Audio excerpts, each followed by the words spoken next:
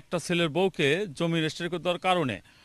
অন্য পরিবারের অন্য সদস্য যারা 6 ভাই আছে আরও তাদের মধ্যে একটা দ্বিধাদ্বন্দ্ব সৃষ্টি হয়। এই প্রেক্ষিতেই হচ্ছে সাইফুলের পক্ষ থেকে রওশনের বউ হালিমা এবং বাবুর বউ হচ্ছে শাহনাজ এদেরকে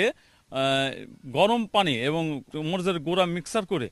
গায়ে দেওয়ার পরে একটা ঝলসে যাওয়ার পর আমি খবর পাওয়ার সাথে সাথে আমি সাবেক ইউপি সদস্য কাউসারকে পাঠাই এবং হচ্ছে তার সে নাটোর সদর হাসপাতালে ভর্তি করার পর আমি সদরের ওসি মাহবুব ভাইকে ফোন দিয়ে বলি যে এই ঘটনা ঘটছে আমার এলাকায়। তখন উনি হাসপাতালে পুলিশ পাঠিয়ে কিছু সংখ্যক আসামিকে গ্রেপ্তার করে এবং অভিযোগ নেয়। অভিযোগের পরে তার জামিনে বাইরে আসার পরে রুগীর যে সমস্যা ঝলসে একেবারে অবস্থা খারাপ এটা দেখে সেনাবাহিনী তারা এসে এই রুগী হালিমা এবং শাহনাজকে উন্নত চিকিৎসার জন্য সিএমএসএ বাংলাদেশের সুনামধন্য হাসপাতাল